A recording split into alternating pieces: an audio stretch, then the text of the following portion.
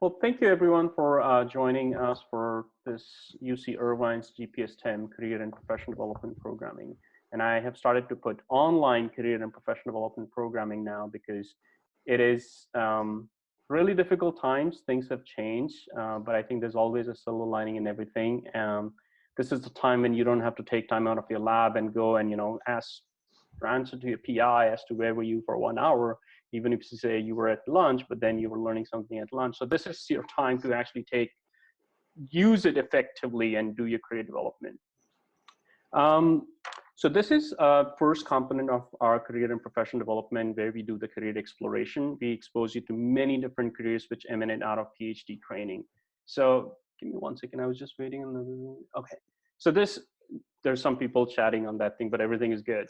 So out of the many careers which come out, we do the career exploration. After that, we do training and experience and transition. So in this exploration part, science communication is one thing which all of you are learning every day. But then there are many different aspects of science communication which you can apply into jobs within academia and outside academia. So today's topic is specifically for careers related to science communication as application scientists or specialist careers. So we have our panelists here. Some of them are UCI alumni, and actually some of them were part of our program at some point. And Justin is the only one who is not UC Irvine, but now partially I think he is UC Irvine, but surrounded by a lot of UC Irvine folks. And by the end of it, hopefully we'll be able to make you total UCI, Justin. Thank you. So we can get started. I see that a lot of you are who are not UC Irvine folks. Welcome all, and we understand it's a common thing, and we would love to help you work together. We would welcome you to come and attend all the events. Just one thing that for the e-networking part, we are trying to keep it only close to UC Irvine because of the logistical issues. But I promise that next time will be better and to try to keep it open to everyone. So after this, the format is that after the webinar ends, we have a separate Zoom link for UC Irvine folks. We'll give 10 minutes of break, go get your food, drinks, or anything, whatever you want to drink or eat, and then log into that Zoom link, which you've got in your email, and then we'll do the e-networking rounds. So getting started today, we have 4 total speakers, and one of them, Lauren, will be serving as moderator with me. She'll be leading the whole facilitating the session. Lauren, she was a postdoc at UC Irvine for some time, and she got her PhD in biomedical sciences and pathobiology from Virginia Maryland College of Veterinary Medicine. You were at postdoc until Feb 2020, right, Lauren? Yes. Yeah, and then during that time, she also served as GPS Biomed, GPS STEM, now training council member, where we used to have meetings. She helped us with programming ideas and brainstorming what more we need for the program. And she recently started as a field application scientist position at Austrian-based RNA transcriptomics company called Lexogen. Welcome to this thing, Lauren, and all yours now. Great. So thank you for all the attendees that are here with us. So as Harinder mentioned, my name is Lauren, and with me I have Oki, Justin, and Laura. So all of us are field application scientists. And just to start things off, what we'll do is each one of us will describe our background, our career trajectory, and what are our current roles and responsibilities as field application scientists. So as Harinder mentioned, I did receive my PhD in 2018 from Virginia Tech, focused specifically on microbiology. And then later in 2018, I moved out to California and I accepted a joint postdoctoral position at UCI. So I was there for a little over a year. And while I was here, I became involved with GPS STEM. And this program really opened up my eyes to the things I can do with my PhD that are outside of academia. So it was here where I started learning about careers as a field application scientist, medical science liaison, a whole variety of different careers. So I'll talk about this a little later, but Oki was actually the one to help me get my current position, which is, again, field application scientist with Lexogen. So I'm very new. I started 2 months ago, so still transitioning from academia to industry. My current responsibility is largely with technical support. So with my company, I'm the expert in all the products and services that Lexogen offers. So Lexogen is an Austrian-based company, and they specifically have products for next-gen sequencing. So they're very focused on RNA biology and transcriptomics. So again, my roles and responsibility lie in knowing these products inside and out and being able to help investigators troubleshoot with experiments. If a current experiment didn't work, trying to figure out what went wrong. And then also helping individuals that are new to the products in our company understand how they work and how to set up different experiments. So that's really in a nutshell, a little bit about me and what I do as a field application scientist. So next I'll go ahead and hand it over to Ohi, if you wanna give a little background and everything. Sure. My name is Ohi. My background, I got my PhD from UC Irvine, so Zod Zod, and to all the UCI anteaters in here. I graduated from UC Irvine in late 2017, early 2018, depends on what the paperwork says. After leaving UC Irvine, I got my first job in academia in industry with Beckman Coulter as a in-house training specialist. So when customers for their flow cytometry products, so when customers purchase a flow cytometer, they came in-house and I performed training with them. I did that for about a year. I enjoyed it, but then I got an opportunity to start as a field application scientist in early 2019 with Silicon Biosystems, and that's where I've been right now for the past year and a half. As an FAS, my roles are very similar to Lauren's, where I do a bit of technical support, troubleshooting, experimental support, and design for some of our customers. We do engage with both our instrument users, but also PIs on the value of our instruments. And as far as I'm concerned, we do a lot of support for our sales team when they go out and sell the instruments. We're the scientific part of that conversation where we engage either the users or lab managers or PIs on the scientific value of our instrument and our kits and our products, and really why it would improve or benefit them to incorporate that. And in addition to what we do for the customers, in our company anyways, our FASs also do sales support for our commercial team. So that means we're either helping them develop develop technical resources to make sure that they're better equipped when they go out there to the customers, or we're working with our internal commercial team, like our marketing team, to help with designing either commercial material that are going to be used at the company as a whole. So in a nutshell, my roles include both technical support for our customers as well as commercial support for our company. Great, thank you. So Justin, you wanna answer? Sure. My name's Justin. I have a bachelor's and a PhD from the University of Michigan, where I studied molecular biology. I got my first job in industry as an R&D scientist at Swift Biosciences, which is an NGS library preparation company. I did that for a few years, developing various technologies and applications. And due to my wife transferring to Los Angeles, I had to get a new job. And that's what took me from the lab to a field application scientist position, where you support your customers, you troubleshoot, you build applications. I was an account manager for several months, within the West Coast. And I didn't really like that pure sales position, so I moved on to Agilent to become an FAS. My responsibilities at Agilent as an FAS is technical support, training, but also application development. I fill up any type of collaborative space between the customer and the company, and I do a lot of design, of our target enrichment technology. So if a company wants to develop a test, say for COVID, I would be the person that would take our raw materials, design it for a final panel for the customer. So those are my current responsibilities. Great, thank you. And finally, Laura. Hi, everyone. I'm the only panelist today who does not have a PhD, but I did attend UC Irvine and graduated in 1993. I've been doing flow cytometry for the last 26 years, and my career began at specialty. And there I helped prepare leukemia and lymphoma samples for testing. And that's where I fell in love with flow cytometry, and I knew that's where I needed to be.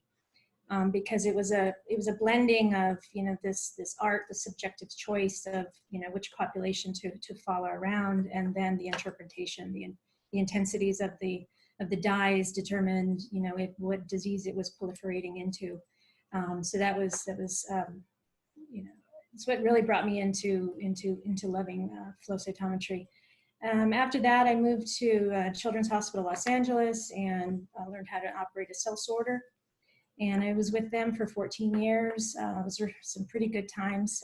They gave me a lot of opportunities to develop scientific skills beyond just being the operator. And then my next position was core manager at University of Southern California. And then finally, I've landed here at Beckman Coulter, being a field application scientist.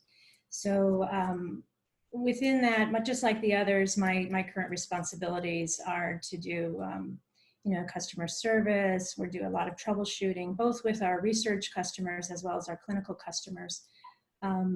We do support the hospitals that way. So we are, you know, tracking everyone's response to the COVID-19 epidemic, and we're also doing a lot of support now for the researchers who are working from home, doing a lot of data analysis. So we're working through different panel design issues and different escalations, determining whether or not an issue is, you know, based on the panel design or something going wrong with the instrument. Great, thank you.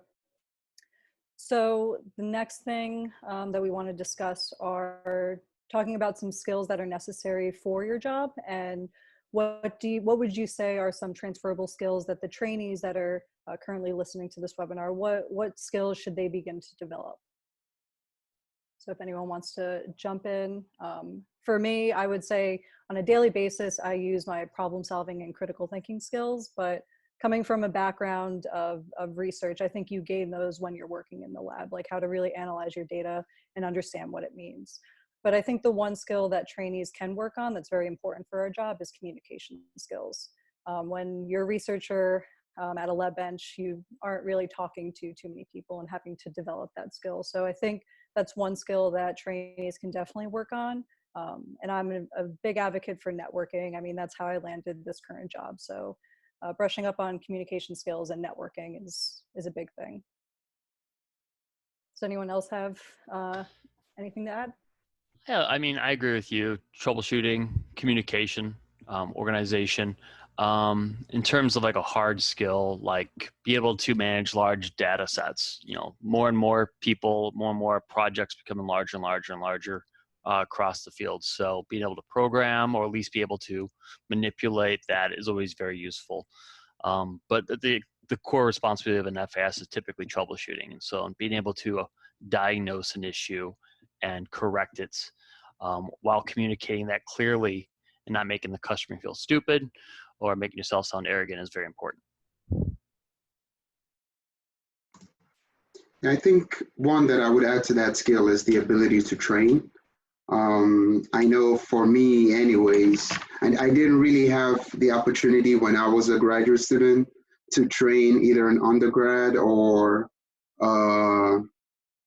there's somebody underneath me, but I did get the opportunity to teach a few lab classes when I was at UCI, where I got to work with undergrads, teach them how to use laboratory techniques. And for me, those skills are very important because as an FAS, a lot of times with me, with the expertise with the instrument or with the product or with the reagent and the customer who's brand new to it, it's very easy for me to go into the language of science needs and kind of go a little bit over their head. So being able to train somebody, distill information down to somebody, to the level of somebody who's either new to this or just completely on a different level than you, and being able to come alongside with them and bring them from novice to being comfortable or at least experienced with it enough to run it on their own. I think that that's a very, very important skill as an FAS, and that's definitely something that I would highlight. Any either graduate student or postdocs that's interested in a role should definitely think about doing that. Either take a junior scientist or an undergraduate student underneath your wing and use that as an opportunity to learn how to pass on knowledge that you're an expert with onto somebody who isn't an expert. Great. Okay, so our next question, we're going to start getting into more detail about the field application scientist position. So in everyone's opinion, how would you say field application scientist role is different from your past training as a PhD or postdoc or just in the lab as general? And what was the transition like going from academia to industry and specifically to this roles? Were there any challenges that you faced? So for me, again, I started 2 months ago, and I transitioned from a postdoc position at UCI to this current position. And I would say overall, it's very different. The daily schedule for me is extremely different.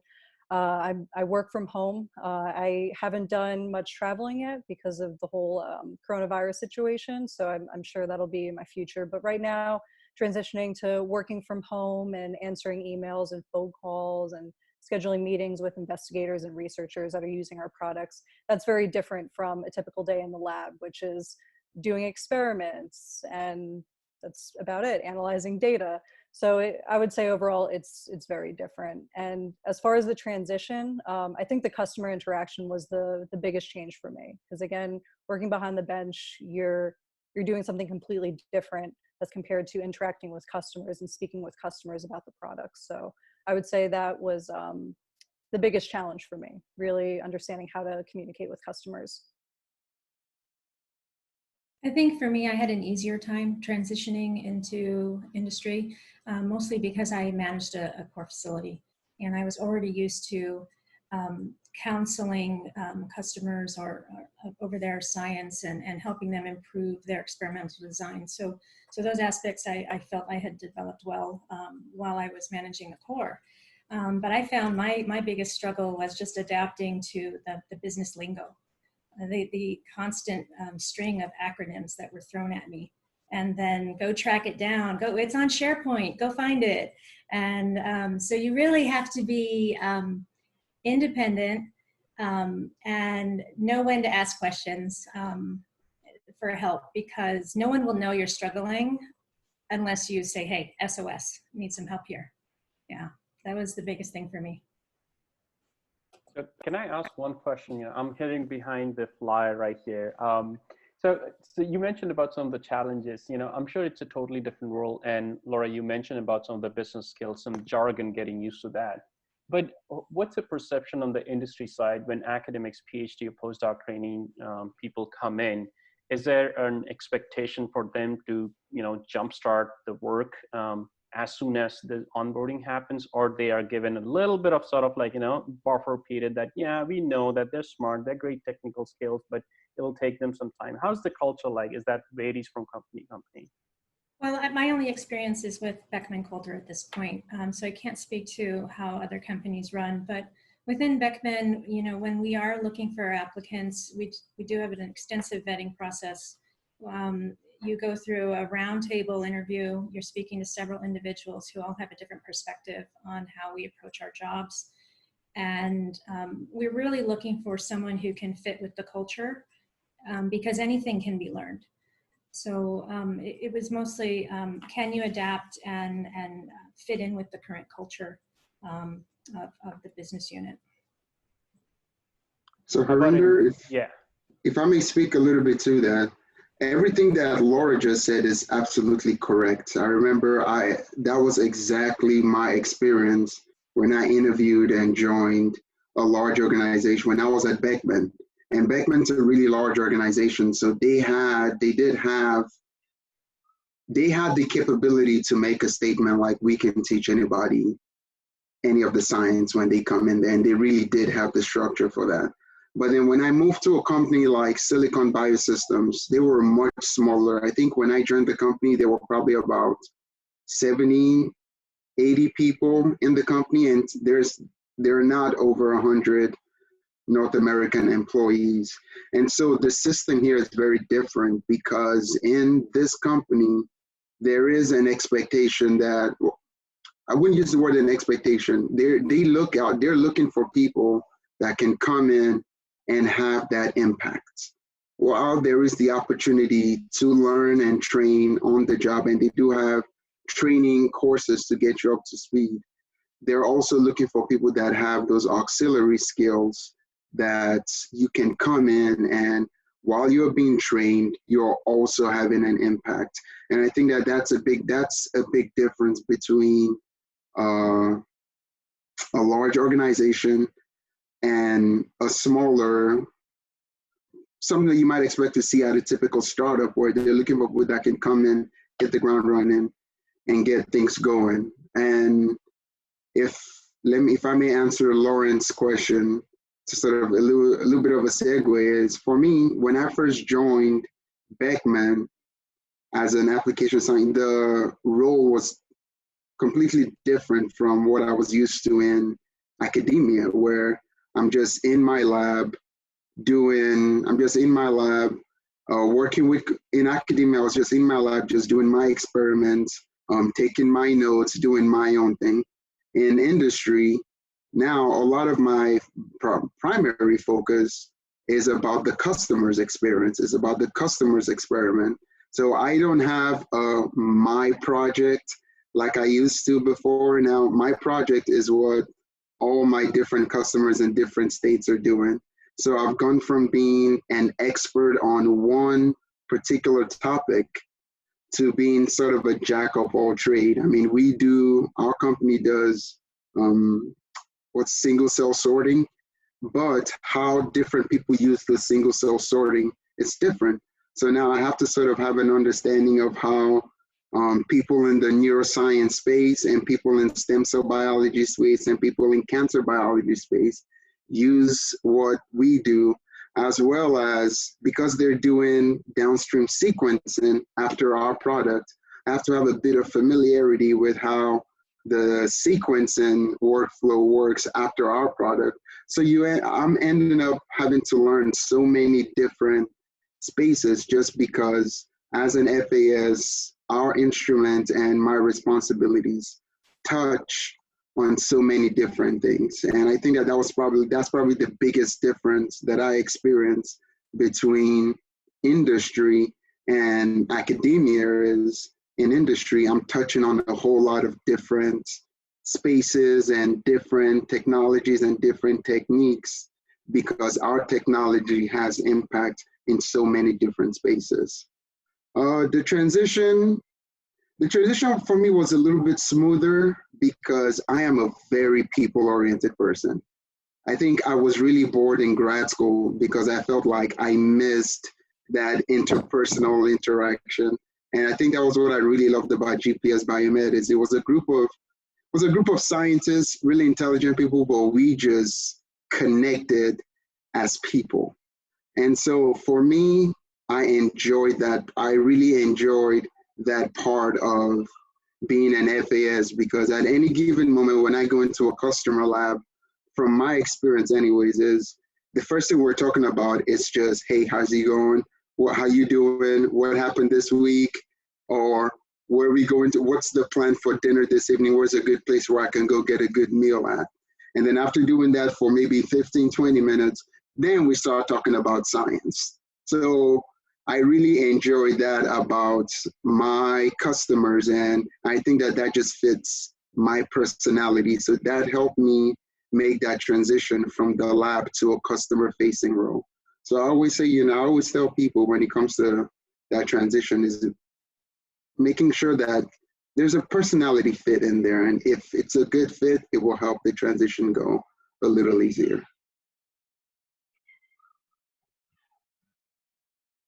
Great, thank you. So our next question is, again, more about FAS position. So one of the things that a lot of people know about the FAS position is that there's a lot of traveling involved. So in your opinion, how much traveling would you say you do, and where specifically are you traveling to? Is it conferences, seminars, or just general meet and greets at labs and different companies? I can't really speak too much about this because it's only been 2 months for me. I have been to one conference, which was great. And I was told that from my colleagues that I would be traveling 50 to 70% of my time. But yeah, I'll open it up to the rest of you if you have any input. I can answer this. It really is decided by the size of your company. The smaller the company, the larger your territory, which will mean you'll travel more. You'll have a little less customers typically. When I was at Swift Biosciences, I had the whole West Coast or the entire country. A much smaller company, Agilent, has 18,000 employees. My territory is LA, Orange County, San Diego, and so I drive everywhere. So it really comes down to what size company. And the traveling can get old. It's actually also really fun because people pay for your food, your drinks, your travel. If you like to explore new areas, it's a really cool perk.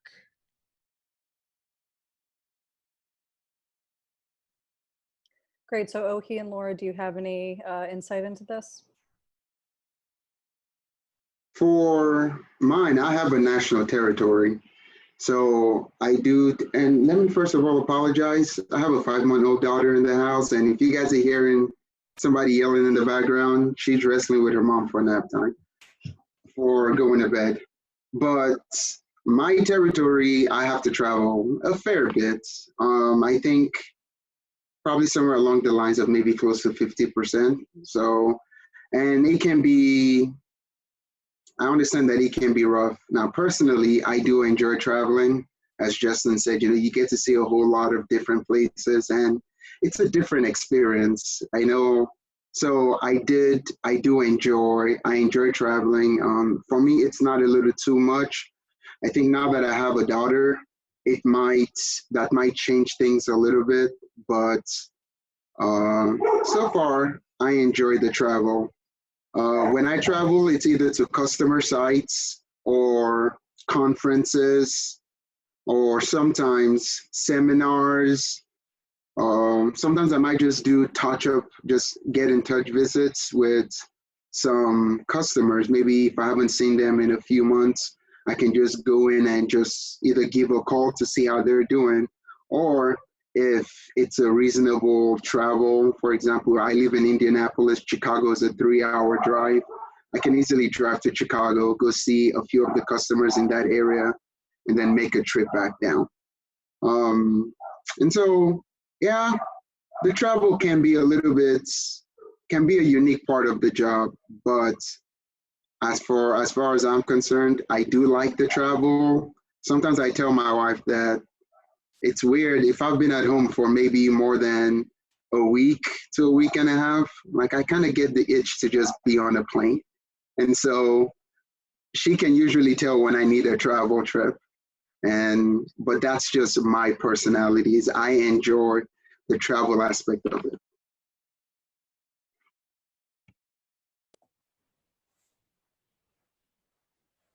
So for me, my experience with travel is, a good 50% of the time I'm in the field, whether that's visiting the local accounts in Los Angeles, San Diego, and even out to Las Vegas, as that's part of my territory. It really depends on the expertise that I'm needed for. If it's clinical support, yeah, I'm Southern California based, but if it's cell sorter support, then right now I'm supporting the entire western half of the country because we had someone leave the team. But we're interviewing for that, and I think we found a candidate. So hopefully I won't have to venture my way out to the Midwest soon. But it occasionally happens, and also globally, since Beckman is a global company, there's sometimes resources are thin, and customers have an escalation. Something's gone wrong with an instrument, or and they need you on site to help the service engineer determine whether or not it's application based or something is wrong with the hardware or the software. So I've been asked to visit Poland once for a sorter training. I had to provide on-site training to a customer. So that took quite a bit. That was a weekend travel and 4.5 days in their lab while dealing with time zone differences. So I think that's the most exhausting thing about the job is if you are leaving your own time zone, it can wear you down, particularly if you're have your long day at the lab and then you are handling all the other things that are coming through on email. So it's can be long days for sure. So I'm really itching to ask this next question. Seems like, depending on our personalities, some of us like to travel like OE, and then some of us like, not quite, but then we love to do the actual job where you still have to travel. But maybe this question will come later on in the end. Lauren will probably ask in some other forum, but does it ever get to a point where you're like, okay, I've done enough travel now because of family reasons, I cannot do it. And now I'm at a stage in this job that I don't have to travel a lot and I have more people who travel for me and I delegate that thing. Does that ever happen? That's more like, climbing up the ladder for you guys. How does that look like? I mean, I love traveling right now. I'm sure OE too, but then, down the line after 10 years, what do you think? And would you have that opportunity to still do the same job and not travel so much? I mean, you can. The easiest way to rise in industry is to move jobs. And so going from a smaller, bigger company, sometimes there's less travel. Sometimes you can get a new position within a similar, within the same company. So there's definitely a lot of flexibility there. And as an FAS, I'm not sure about the rest of our panelists, but I mean, I make my own schedule. So if I don't want to travel next week, I just won't travel next week. And so outside of an emergency, there is flexibility with that. Yeah, definitely. For me, if it does get to a point where I feel like I'm out traveled, I can easily let either my manager or my team know that, hey, I'm going to be at home for the next 2 weeks. And they understand. I mean, nobody wants to be away from home. But I think it's a fair statement for me to say that if you're going to pursue an FAS job, I don't know of an FAS job an FAS that doesn't travel. And so at some point, I mean, the travel is going to be a regular part of your responsibility, whether interstate or just regionally. So if you're looking to make that balance, then definitely the opportunity you have the opportunity to look for a job within a company that has either a smaller territory. So I know some FASs whose job is just strictly Southern California. And so because of that, it's just a short drive up and down the coast. But for me, do I see my FAS role? If I do this job for the next 30 years, I do expect to travel as an FAS. Now, as I move up the ladder, I think managers probably travel less than their FASs do. So they will work more remotely from home, but they have other responsibilities that have to be done that don't necessitate them actually going into the field. I think even then they still have to travel a nominal amount, perhaps not as much as an FAS would, but there's still a travel component to their job. So as long as the title field is in the name or it's a field-based role, there will be some travel, but depending on companies, depending on the territory that you're managing, or depending on the role that the higher up in the company you are, you could have more or less travel. So that's definitely something that you want to be mindful of.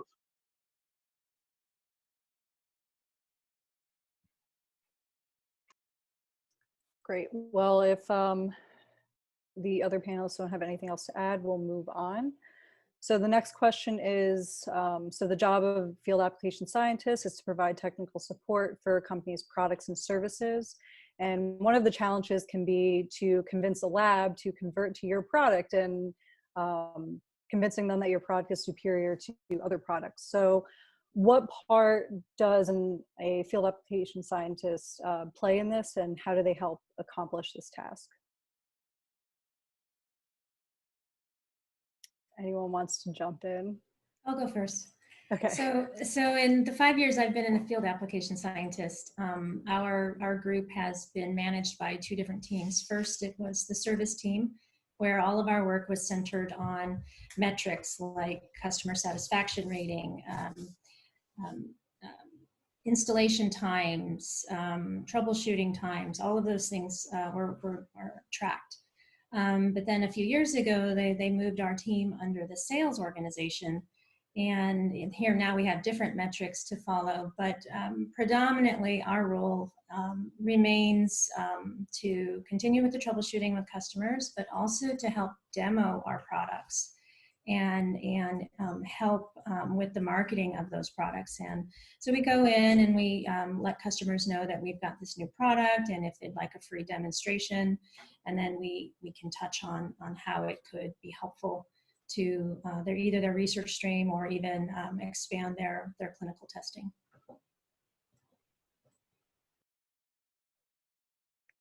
Yeah, so what I'll add to that, at least from my experience at Lexagen so far, we have some awesome sales reps. So they're the people that are going out and really convincing the labs to switch over and try our products. But as a field application scientist, our role is to support the sales reps, but then also provide support to the customers. So if they receive a trial kit because they want to try out our product, we're there to help them set up the experiment and say, hey, you need this control, you need to compare it to this, and this is how you're going to analyze the data.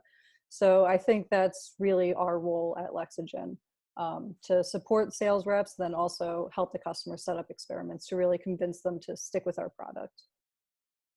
So there's one question from the audience which is relevant to this discussion. Says, when we talk on the phone about troubleshooting an issue, are we talking to a field application scientist, or is it someone belonging to some other designation? And then the next part is like the other person, do they also have to travel? Do they have to travel less than you guys? Some companies have in-house scientists that do respond. If you call a technical hotline, they do have, some companies will have in-house scientists that respond. I know for our organization, if we get a technical information that they feel like, as an FAS, I am better suited to respond to this, they will either pass it on to me or they will get in touch with me. It's either send me an answer or have me craft an answer, and then that person would communicate back to the person who asked the question. So in some cases, I'm involved, some cases not. So that answer is it's not really a clear-cut answer, right? As far as my organization is anyways. We have somebody that manages the phone, but if an FAS has to be pulled in to help them provide the necessary answer, they will reach out to us and then get the customer the answer, or the questioner the answer that they need.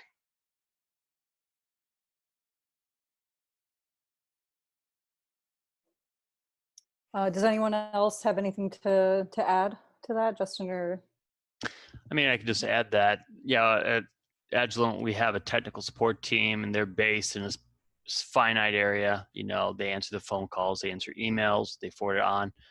As a field application scientist, you work more closely with your customers.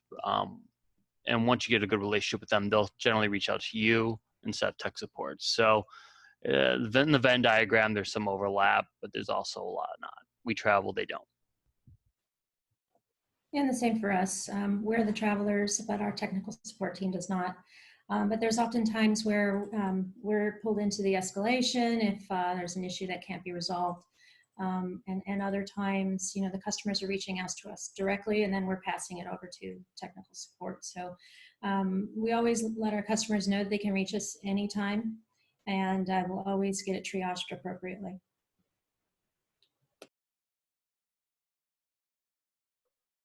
okay, great. So we'll move on to our next question.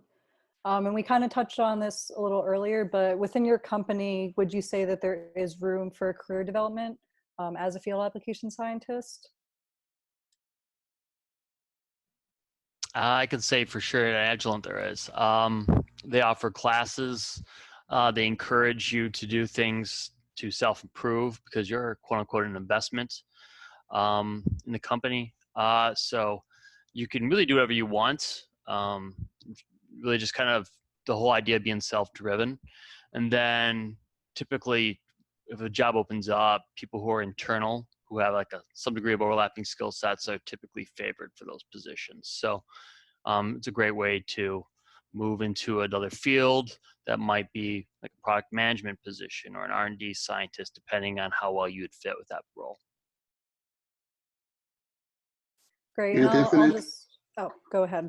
I was just going to say, definitely, because we have a scientific and a commercial mix to our skills in a ways, it opens up the opportunity to either go some of a more scientific route, or it's also a nice way if you're interested in a more commercial route. Like I know some people that have gone from FAS, that have gone into sales, that have gone into product management.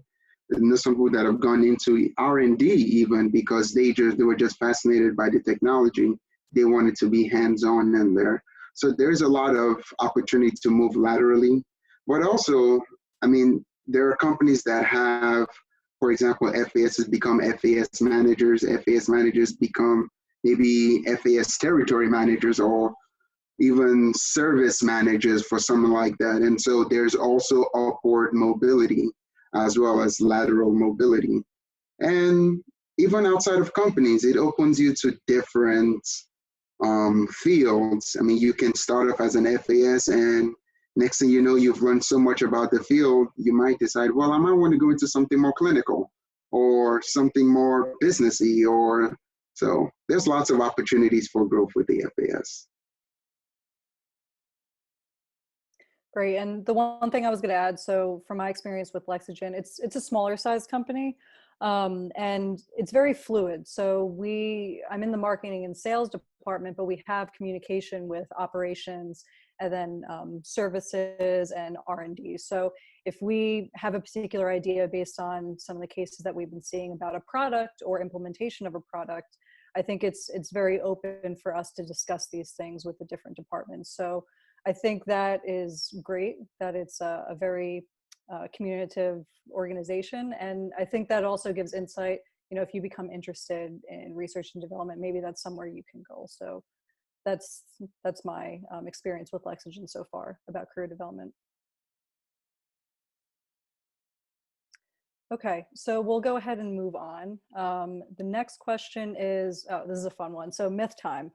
So I'm gonna say 3 myths about the field application scientist position, and then also generally working in industry. So chime in and let me know what you think about these. So the first one is you do not have room for creativity or scientific freedom as an FAS. So what do you all think about that? That's false. Yes. Yeah, That false. is, yeah. Yeah, so for me, I feel like I get to be creative every day with my customers because they come to me with wondering how to set up an experiment with our products, and we're able to really learn about the science and the big picture and, you know, be creative. So for me, I agree, it's completely false. I know for me in our company anyways, if the need ever comes in for us to develop things like a white paper or just a proof of concept experiment, I have no doubt that my name is one of the first people that they might call and say, hey, okay, can you try doing this? So you definitely have, and I can always pitch ideas to my team or my manager or R&D team about, hey, we've been getting questions from our customers about this problem. Have we thought of doing this, so that we can accomplish that? And usually they pull you into the experimental design of that, and next thing you know, you might be putting on lab coats, goggles, and gloves, and being behind a fume hood and pipetting things. So you definitely have that flexibility. Yeah, and adding to that, so with my company, we're Austrian based, but then I'm here in the US providing support for the US territory. But the application scientists that are in Austria at headquarters, they're actually in the lab doing experiments and testing things out. So, I mean, that's a perfect example. Okay, next one. So application scientists are just salespeople. We kind of addressed this before, but no, that's not what we do at all. Well, it is what we do, but that's not our sole responsibility. We're the technical experts for the products and services that our company makes.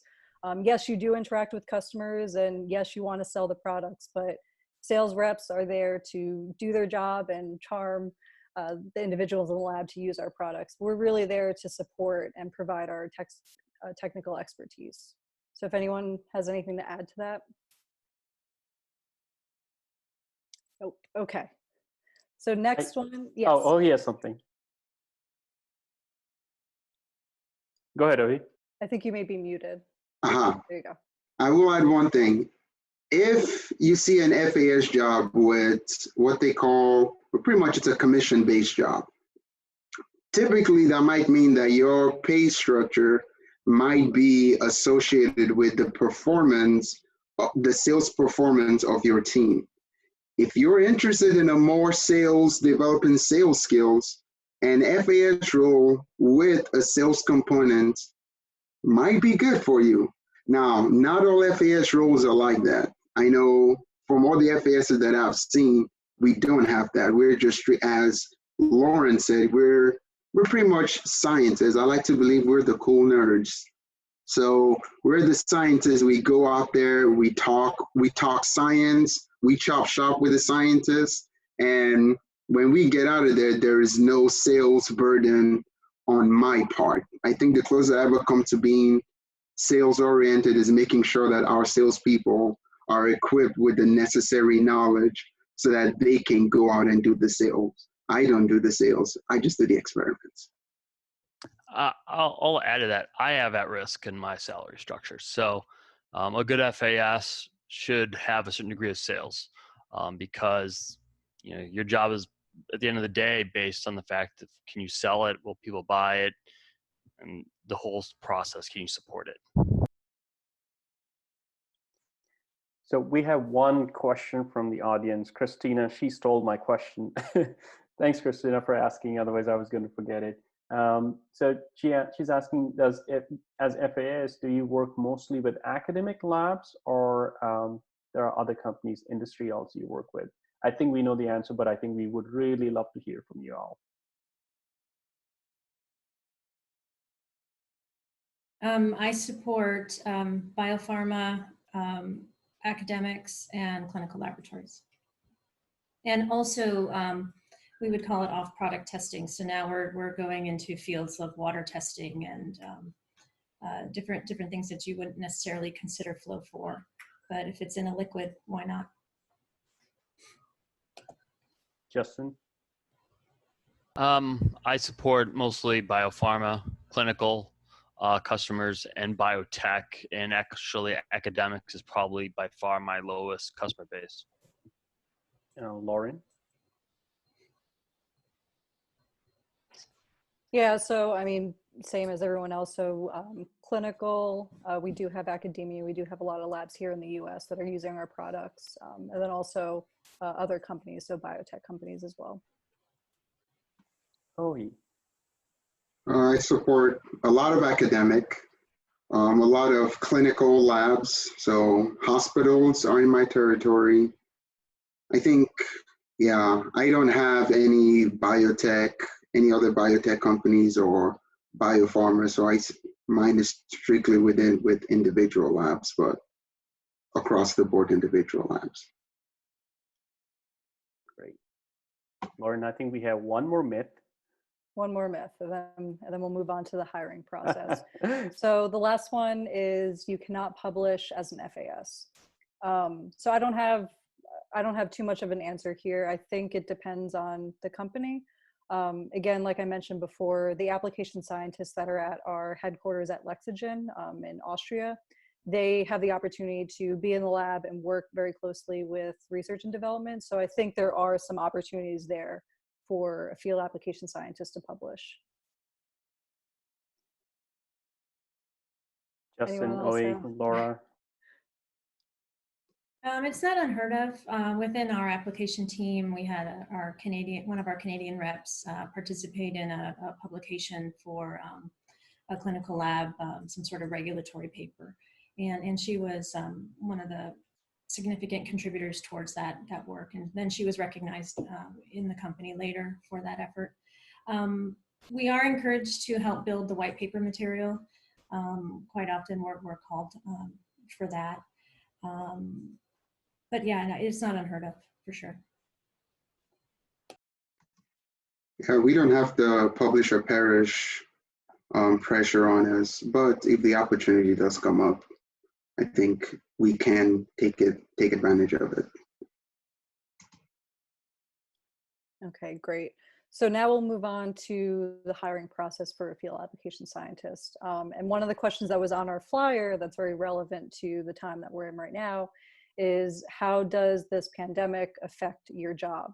And then moreover, for our attendees, how do you think the market is right now for field application scientists, and how do you think that's been impacted? So I'll just start off. For me, I mean, research labs are shut down, so I think we've been slower, but what's really interesting is we're getting a lot more questions pertaining to COVID research and diagnostics. So I think this is opening up the possibility for our company to potentially expand and think about products specifically for infectious diseases such as this, because historically our company doesn't have products specifically for microbiology related labs or experiments. And then as far as the hiring process, I think it's going to be slow. That's how it is for everyone right now. I think companies do have hiring freezes in place, but it's going to bounce back. I mean, field application scientist position, it's a very important one. It's very critical to companies. So you'll eventually start seeing more postings once everything calms down and research labs are up and going again. Does anyone else have anything to add? Ohi, Justin, Laura? I mean, I'll just add, at my company, we have a hiring freeze in place, but as soon as like things pick up, hiring will take back off and there will be a rush. I still get LinkedIn like almost weekly, invitations to interview for positions. So once you get in an industry, you get kind of a flood of job application requests. I know for Beckman right now, we have a hiring freeze for any new position. However, if the position was pre-existing to the shutdown, they are trying to fill those positions. If they don't fill them within a period of time, they will have to close those positions. So there is that protection the companies are using. Oi, what do you think? I know. I think everybody said exactly what I think. There's going to be our company. We have a hiring freeze right now, but COVID-19 has opened some new opportunities for us. That though we cannot hire more right now. If when all this passes out, we might need more and more people in our team. So we might be pulling some more people, and I think that's probably the same for every other company here. Yep. Okay, so on the topic of hiring, how did you learn and land your current position? So I'll start this one because I am newly hired, and I got it through networking. So as I alluded to earlier, I learned about the position through my involvement with GPS STEM and specifically through OHI. So I was involved in a mentoring program that GPS STEM offers, and OHI was one of my mentors. And he knew my background and interest, and he helped me extensively with my resume and preparing for interviews, what questions to ask, what questions to avoid, things like that. And he was actually the one to get me in touch with the recruiter that had contacted him originally about this position, because he knew my interest and my expertise, and he saw that this job nicely fit with that. I apologize if you hear my cat in the background. He's hungry right now. So, so that's how I landed my position. And as far as the interview process goes, it was very extensive. So I think I was in the interview process for around a month or so between recruiters and also with individuals within the company. So it was very stressful not knowing what was going to happen and spending so much time and putting all your eggs in that basket. But overall, as far as landing the position, I had a great connection with everyone within the company. So I think ultimately that's how they chose me and how I chose them. I think for my current position as an FAS, I was contacted through LinkedIn. So I received a recruiter reached out to me and wanted to know if I was interested in field application scientist position, and we talked, had an interview process for roughly about a month as well, just like Lawrence did. And I really liked the people that I talked to, and I liked the technology. I liked just everything that they said about the position, the things that were important to me. It sounded like they were important to them, and yeah, it just seemed like a really good fit.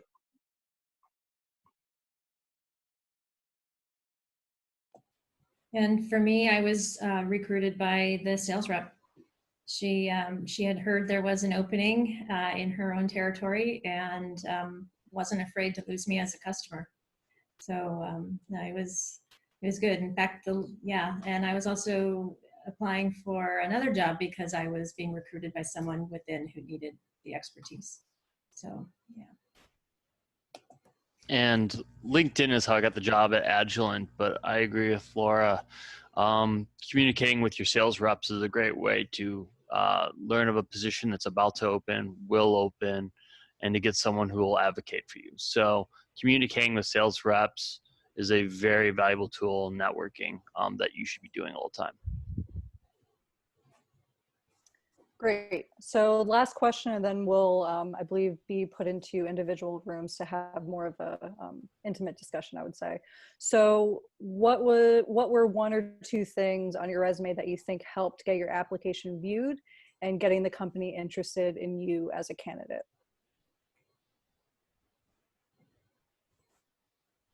Giving my resume to a recruiter. I know that's not on my resume, but that was probably the key thing that got my resume viewed, was handing it to somebody who was in the company.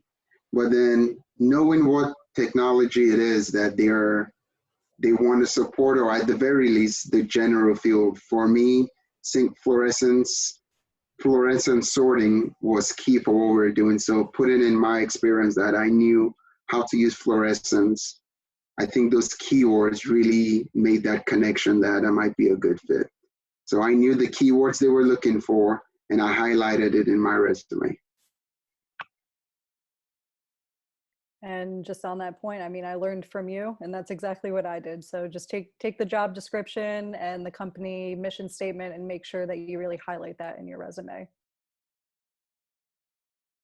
So Justin and Laura, anything else to add? If not, I guess we'll go ahead and. I mean, it's a customer's facing position. And so you want to have diversity in your resume, troubleshooting position, but also highlight things that'll show that you are not going to be unable to communicate with the customers. So, being social is actually a benefit to a position like this. So highlight those also. I think the other thing that I will add is getting it on your resume is awesome. It's great. Being able to show that over the phone over the phone or in person to the people that you're interviewing is even better. So being able to communicate, whether it's your science or your experience or the transferable skills that you have, is going to be really great, because the resume is easy. The interviews are where they figure out if they want you or not. So being able to prove to them that what is on your resume, you can show them that you can do it, that's key. Yeah, I'll agree with you. I was actually asked to teach someone how to do a particular type of analysis, and she herself didn't know how, but it was the way I went through it step by step in a very easy and gentle way. She said, "Oh my God, now I know how to do it." It was so be prepared. They might ask you. So we have one question from the audience. I'm actually scrolling up into the chat room to see where did it go. This was related to hiring. So the question was, okay, yeah. Is this position good to shoot right out of PhD? I guess anything, or you need some sort of industry experience and also like maybe getting a postdoc. I think that this is one of the things which every time gets asked, because when you read a job description, they ask for like, a couple of years of industry experience or something, but yet to hear like a lot of people like Lauren, you didn't have exact industry experience in that position, but yet you ended up landed in that position. So it would be nice to sort of have a brief discussion on that. Whoever wants to start? I can start. Yeah. Sorry. Those are the ideal candidates. And if you don't fit all that, still put your resume in. Actually, the FAS position is actually a really good starter role. You don't need a postdoc for it. You don't even really need a PhD for it if you actually know how to fulfill the job. So it's once you're in industry, honestly, the doctorate no longer matters. It's really only there for applications. And so once you're in, you're kind of in, and that's, in my opinion, what matters. Yeah, I didn't have a postdoc experience before I joined this role, and so I don't think the postdoc is a requirement. As Justin said, it is a good position to shoot for right out of the PhD. I mean, as far as technically a PhD, you do have the technical experience. Well, you should have the technical experience as long as you're applying for a job with a technology that you have experience with. So, but if you do have you do have the experience for it. Personality wise, that's completely up to you, but I don't think that there is any additional training that you get with it. I think the only benefit that might come from getting another industry position is, as Laura said a little while ago, is you do get exposed in industry very quickly to the business side of things. And for a lot of FAS positions, for some FAS positions that are looking for people with both commercial or at least business and science, if that's something that they're discounting you for, getting a job in industry and then moving to an FAS position is also another route. But I honestly believe that PhDs can apply and should apply for it and expect to get an FAS job. I think that they are more than qualified for it. Yeah, and currently it's the only applicants we've been receiving for our application positions, our PhDs. All right, this was great. Thank you very much. Thank you, this way, Oe. Thank you, Laura. Thank you, Justin. And thank you, Lauren. So thanks for taking time out of this during these difficult times. I know some of you are in very different time zones, but yet you were able to come and will still be able to join us for e-networking.